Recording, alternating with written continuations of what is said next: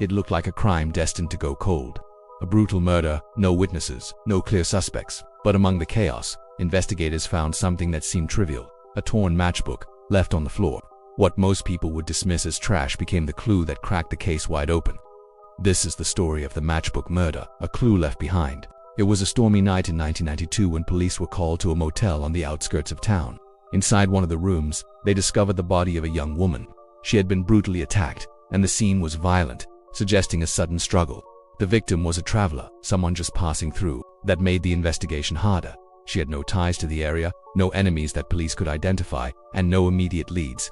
Detectives searched for anything that could explain who she was with that night, and why she had been targeted. As they combed through the room, one detective noticed a matchbook lying on the carpet near the victim's belongings. At first, it didn't seem significant. Matchbooks were common back then, handed out at bars, restaurants, gas stations. But this one was unusual. It had the name of a small, out-of-town diner printed on the cover. The victim hadn't been in town long. What were the odds she had gone to that very diner before her death? Investigators bagged it as evidence, not realizing yet how important it would become. Detectives followed the lead to the diner. They showed photos of the victim to employees, hoping someone had seen her. A waitress remembered a woman matching her description, and remembered she hadn't been alone. She had been with a man, but descriptions were vague: dark hair, medium build, nothing distinctive. Without a name, investigators couldn't do much. For months, the case went nowhere.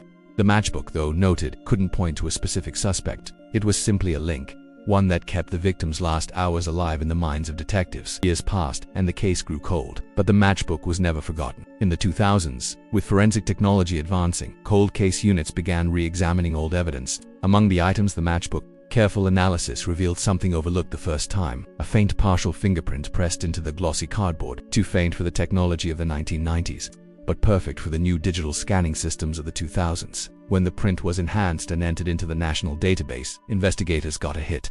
It matched a man with a criminal history in another state, someone who had been arrested for assault, but never linked to this murder. Detectives dug into the man's past. At the time of the murder, he had been living just miles from the motel. He was known to frequent the diner where the matchbook came from, and when investigators spoke to people who remembered him, his description matched the vague details from the waitress years earlier. What sealed it was his connection to the victim. Records showed that they had checked into the motel together under false names. He had vanished the night of the murder, leaving her behind. The matchbook, his matchbook, had been the clue he didn't realize he'd left behind. And at trial, prosecutors laid out the story piece by piece. The victim, traveling alone, had met the suspect. He charmed her, convinced her to share a motel room.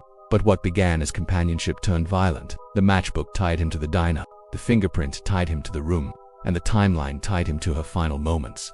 The defense tried to claim the fingerprint was old, that he'd simply dropped the matchbook there at another time, but the jury didn't buy it. The evidence was clear: he had been there, and his presence could no longer be explained away.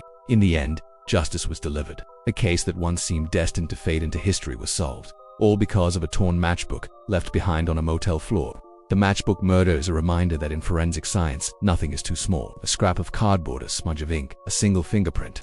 These details can mean the difference between mystery and truth. Thanks for watching The Minute Detective. Like and subscribe for more.